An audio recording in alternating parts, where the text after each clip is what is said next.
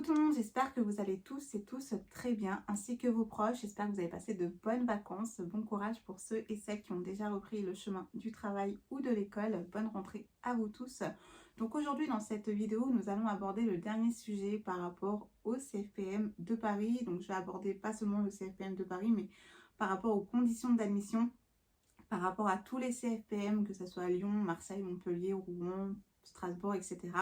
Donc comment ça se passe, les questions qu'on peut vous poser lors de votre inscription, comment ça se déroule lors de l'audition, qu'est-ce qu'on vous demande de préparer, les questions qu'on peut aborder, etc. Donc vraiment, je vais aborder un petit peu tout ça. Je vais aussi vous parler par rapport à la semaine du stage de pré-rentrée, parce que le CFPM propose des stages de pré-rentrée. Donc du coup, c'est pas obligatoire, hein, c'est quelque chose qui est optionnel et du coup ça concerne tous les cursus, que ce soit de la MAO à musicien enseignant, musicien tout court. Donc c'est parti, nous allons commencer par le dossier d'inscription.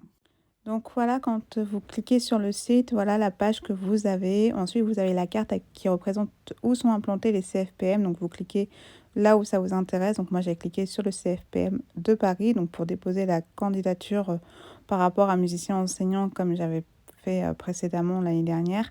Donc du coup, voilà un petit peu comment ça se présente. Ensuite, vous avez ce type de page où on vous demande votre nom, votre prénom, votre adresse mail pour qu'on vous envoie un dossier de candidature sur votre adresse mail. Donc du coup, c'est ce que j'ai fait. Là, je suis sur ma boîte mail, donc désolée pour la qualité de l'image, sur l'ordinateur. Donc j'ai cliqué par la suite sur le dossier d'inscription.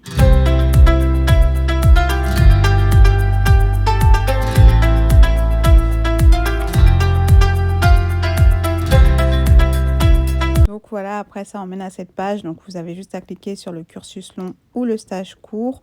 Là, vous avez les types de bachelor, donc musicien des musiques actuelles, les bachelors de musiciens enseignants. Donc du coup, vous cliquez sur le cursus qui vous intéresse, bien évidemment.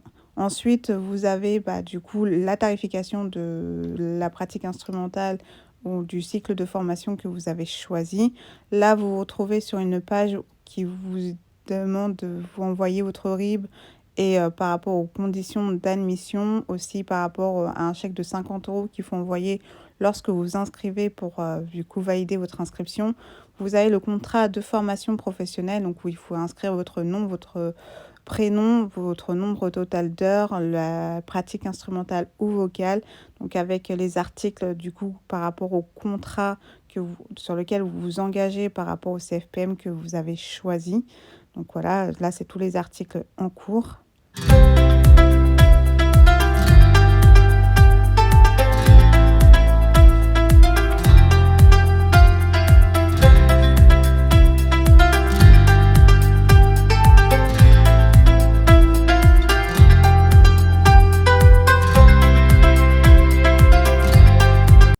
Vous avez aussi une clause et un formulaire de rétractation qui vous explique comment vous rétracter au cas où et le délai que vous avez. Bon, je n'ai pas réussi à télécharger leur dossier d'inscription à partir de leur page d'accueil. J'ai cliqué sur le lien qui disait pour télécharger le formulaire d'inscription, mais ça ne fonctionnait pas. Alors peut-être qu'il y a un logiciel qu'il faudra télécharger, je ne sais pas. Alors je voulais pas perdre mon temps avec ça parce que vu que je ne compte pas me réinscrire cette année et pas du tout du coup, j'ai préféré du coup avancer dans le dossier d'inscription. Donc on va retrouver du coup votre nom, votre prénom, le nom d'usage, le nom d'épouse ou d'époux, votre année de naissance, votre âge, votre adresse postale, votre adresse mail, voilà, la nationalité, etc. C'est un petit peu les questions qu'on retrouve dans tous les formulaires administratifs, j'ai envie de dire. Ensuite, on va vous demander de joindre un CV. Donc là, c'est propre à chacun, c'est en fonction de votre parcours professionnel. Donc voilà, c'est vous envoyez votre CV, hein, que ce soit dans la musique ou dans autre chose. Vraiment, envoyez votre curriculum vitae. Ensuite, on vous demande de vous envoyer une lettre de motivation. Donc là, encore une fois, c'est en fonction des objectifs de chacun, de ses propres attentes. Donc de décrire voilà, qu'est-ce que pourrait apporter le CFPM aujourd'hui dans vos objectifs personnels ou professionnels. Donc voilà, ça c'est encore une fois, c'est propre à chacun. Ensuite, on va vous demander qu'est-ce que vous attendez au niveau du CFPM. Donc là, il faudra dire vos attentes. Qu'est-ce que vous attendez? Pourquoi vous êtes inscrit au CFPM ou inscrite au CFPM de votre choix? Et du coup, qu'est-ce que vous attendez d'eux? Donc là, c'est encore une fois, c'est propre à chacun. Alors pour vous donner un petit exemple, moi j'avais écrit pour moi que j'attendais de me former davantage au niveau du violon, mais aussi tout ce qui était partie théorique. C'était quelque chose qui me manquait, mais aussi d'apprendre, de découvrir le métier de musicien enseignant, vu que c'est un métier que j'apprends à connaître au fur et à mesure de mon évolution dans la musique. Voilà un petit peu comment j'avais un petit peu répondu. Nous allons aborder maintenant le sujet du stage de pré-rentrée. Alors je ne sais pas s'il est toujours d'actualité, je n'ai pas fait attention. En plus, comme je n'ai pas de document par rapport au dossier d'inscription, donc je n'ai pas fait attention sur la tarification s'il y avait marqué stage de pré-rentrée. Il faut savoir que ce stage de pré-rentrée n'est pas obligatoire, il est optionnel et ça concerne tout le cursus, que vous soyez MAO, technicien son, musicien, musicien enseignant. Vous pouvez vous y inscrire si vous le souhaitez. Donc du coup, mais il faut savoir qu'il y a un coût supplémentaire de 190 € et il dure en moyenne entre 4 à 5 jours. Donc tout dépend de votre date de rentrée. Donc moi j'étais rentrée l'année dernière le 1er octobre. Donc le stage de pré-rentrée a duré 4 jours. Là, si je regarde par rapport aux dates actuelles, soit vous reprenez le 30 septembre, donc ça tombe un vendredi, donc le 30 septembre, ou alors le 3 octobre, et là vous rentrez un lundi. Donc en fonction de votre rentrée à vous, et ça, je ne sais pas, vu que moi j'ai pas les dossiers pour rentrer cette année au CFPM, donc du coup ça c'est à vous de voir si vous êtes inscrit ou pas, ou pour les inscriptions futures pour ceux et celles qui le souhaitent. Donc ensuite, comment ça se déroule le stage de pré-rentrée? Comment se déroule votre stage de pré-rentrée? Donc c'est soit du lundi au vendredi ou du lundi au jeudi en fonction de votre date de rentrée, comme je le disais. Et ça se déroule de 10 h à 17 h. Donc là, par contre, je trouve ça mais indigeste et trop long. Vraiment, pour de la théorie, il faut savoir que vous ne faites pas de pratique instrumentale ou vocale. Il n'y a que vraiment de la théorie. Et je trouve que c'est conséquent et que c'est vraiment lourd parce qu'on n'a pas le temps de digérer toutes les informations, même si c'est sans gravité, étant donné que c'est quelque chose que vous allez retravailler durant l'année, que vous allez voir tout au long de votre cursus scolaire. Mais c'est dommage de, entre guillemets, de se bourrer la tête de plein d'informations et pour pas les comprendre derrière. Il n'y a pas d'intérêt, enfin pour moi, je trouve, de faire plein de choses et de prendre et au final de ne pas avoir le temps de les digérer parce qu'après derrière il y a la rentrée. Mais ceci dit, il y a quand même des choses qui sont positives. Ça permet aussi à vous de savoir les choses qu'il va falloir que vous retravaillez, les choses que vous avez acquis. Si vous n'avez jamais fait de solfège, par contre, je vous déconseille de vous inscrire au niveau du stage de pré-rentrée pour la simple et bonne raison. Alors là, c'est que le CFPM de Paris, hein. Forcément, c'est celui que j'ai côtoyé. Mais vous allez vous retrouver avec deux professeurs si c'est toujours les mêmes. Alors, si vous êtes inscrit et que vous n'avez jamais fait de formation musicale, sachez que ce n'est pas grave. De toute façon, c'est des choses que vous allez revoir derrière. Donc, c'est juste pour ne pas vous sentir diminué par rapport aux autres ou largué ou que vous êtes là, mais vous ne comprenez absolument rien parce que, comme je vous disais, la pédagogie, c'est quelque chose qui manque beaucoup au sein du CFPM de Paris, notamment pour le professeur qui enseigne l'histoire de la musique pour les premières années. Il y a le professeur d'harmonie qui, lui, par contre, prend vraiment beaucoup de temps à expliquer durant cette semaine de stage de pré-rentrée, qui est intéressante, mais comme le roulement se déroule en fait la journée, le matin, soit c'est le professeur d'harmonie qui vous fait cours, et l'après-midi, le professeur d'histoire de la musique, ou inversement, des fois le matin, vous pouvez retrouver le professeur d'histoire de la musique et ensuite le professeur d'harmonie. Et en fait, je me suis retrouvée en difficulté quand c'était le professeur d'histoire de la musique qui me faisait cours, pour la simple et bonne raison que je m'étais crue dans maths sup, vraiment. Il me parlait de choses que je n'avais jamais vues, comme les modes mixolydiens, les modes phrygiens, éoliens. C'était des termes que je ne connaissais pas musicalement parlant. Et là, je me suis dit, mais où je suis? Au secours. Et c'est vrai qu'il y a plein de choses comme ça où on a abordé, hein, je ne pourrais pas tous vous les citer en vidéo parce que ça remonte un petit peu loin et c'est des choses que je n'ai pas revues. Mais c'est vrai que je me suis sentie démunie et en plus moi qui ai aussi un manque de confiance en moi, du coup ça m'a pas aidée et je me suis dit mais j'ai pas ma place en fait ici. Et j'avais la sensation que les autres comprenaient et que j'étais la seule à ne pas comprendre. Au final, avec le temps, j'ai appris que je n'étais pas la seule à ne pas comprendre, mais j'étais tellement impuissante et je comprenais rien.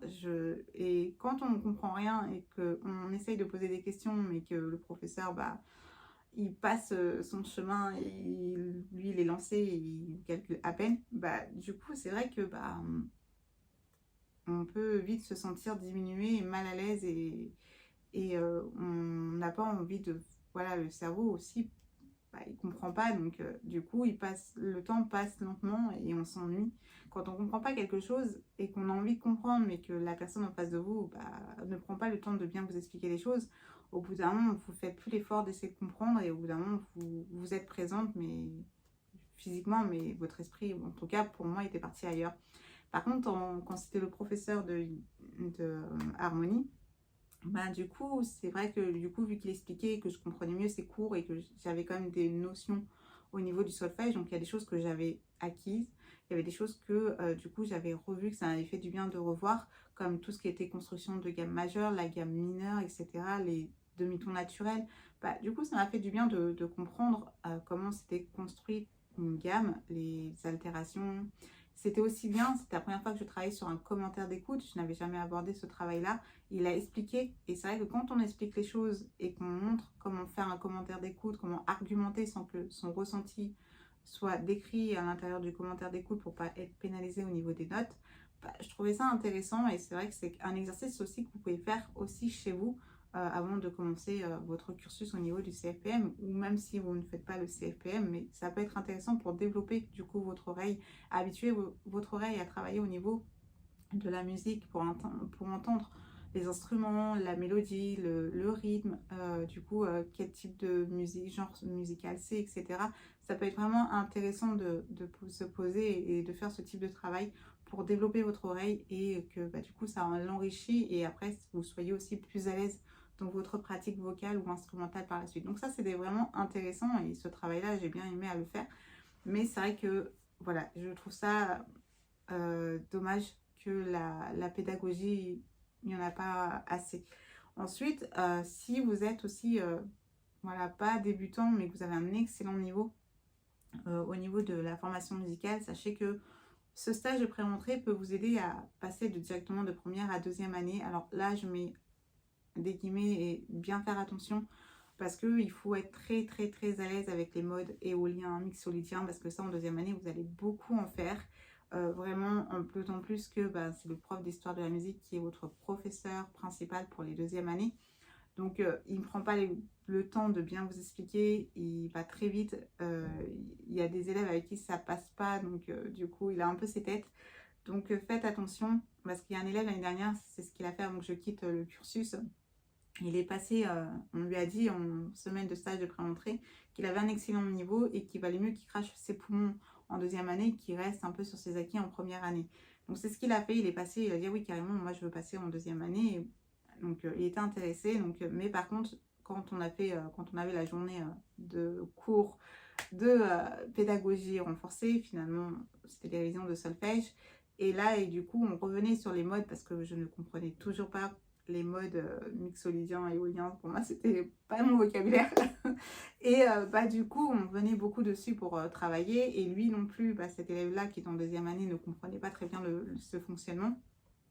En sachant que c'était un cran au-dessus hein, du niveau de première année. Leur niveau de deuxième année, c'était plus compliqué parce qu'avec les bémols, les dièses un peu partout, donc faire de la transition, c'était compliqué. Et c'est vrai qu'il ne comprenait rien, donc il lui expliquait comment faire.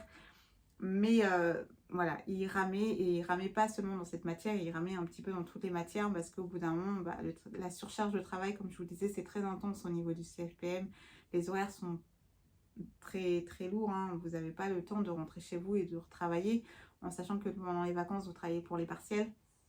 Donc c'est très compliqué, vous mangez plein d'informations et pour les digérer. Donc bah, lui était un petit peu en difficulté, un petit peu dans toutes les matières. Donc c'est pour ça, faites attention, vraiment prenez le temps de réfléchir si ça vaut pas la peine d'y aller parfois doucement et d'arriver à un résultat qui vous convient que de sauter des étapes et se casser la figure derrière.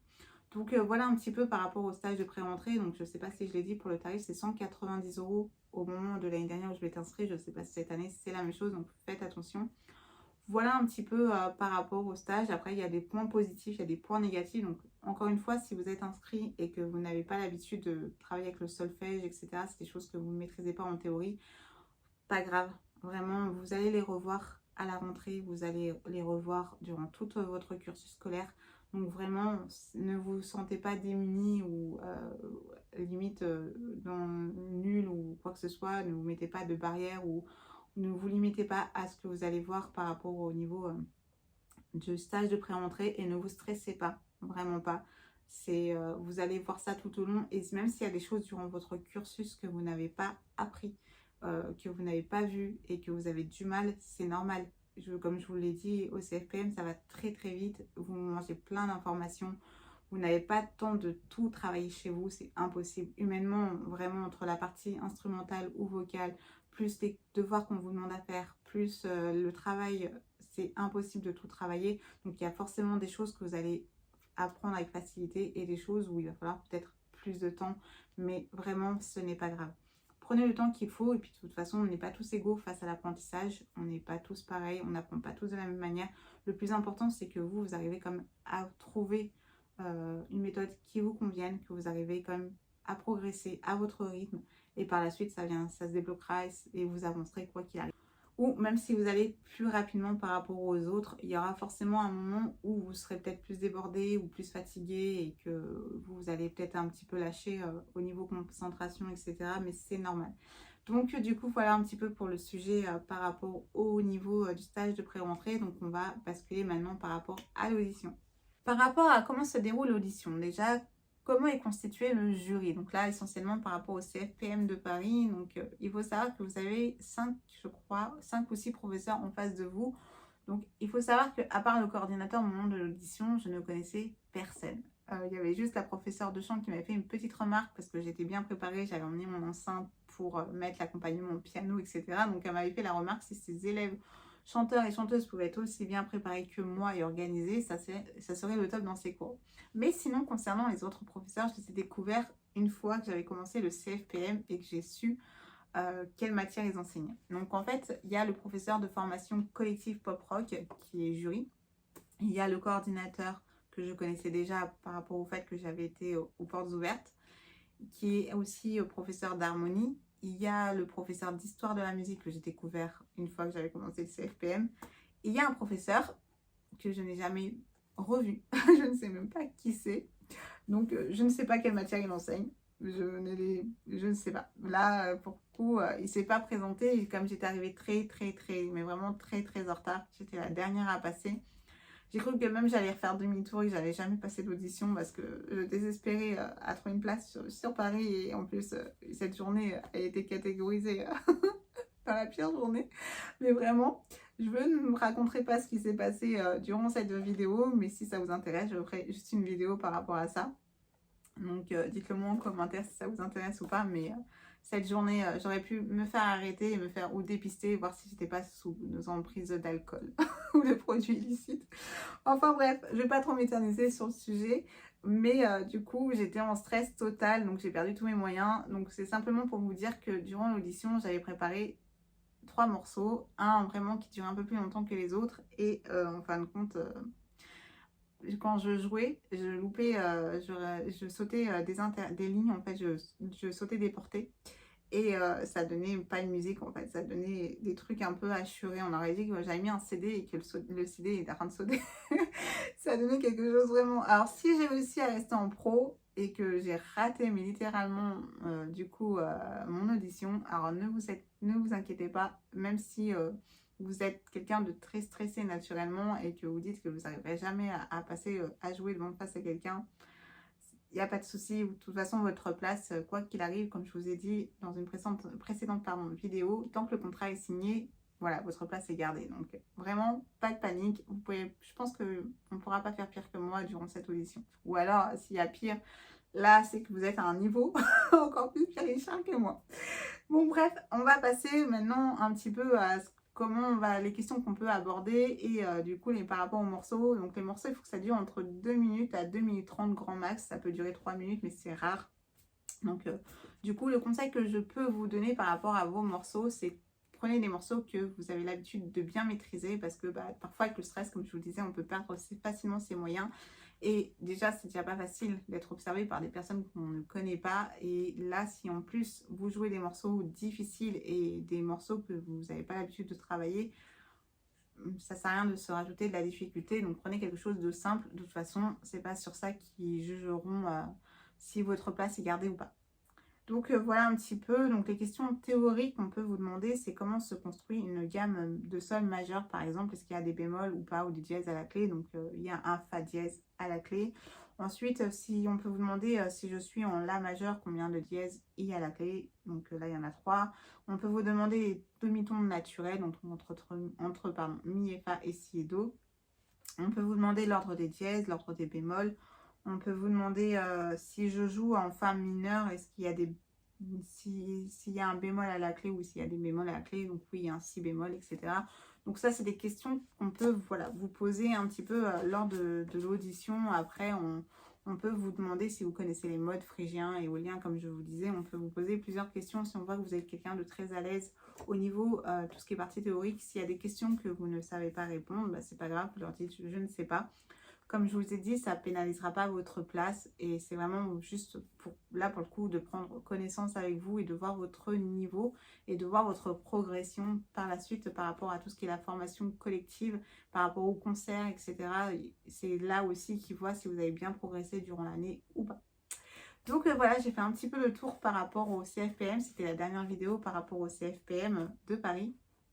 J'ai vu un petit peu plein de choses. Je vous souhaite du coup une bonne rentrée par rapport au CFPM et à toutes les personnes qui regarderont cette vidéo et qui ont repris le chemin de l'école et du travail. Prenez bien soin de vous et puis bon bah bonne rentrée à vous tous.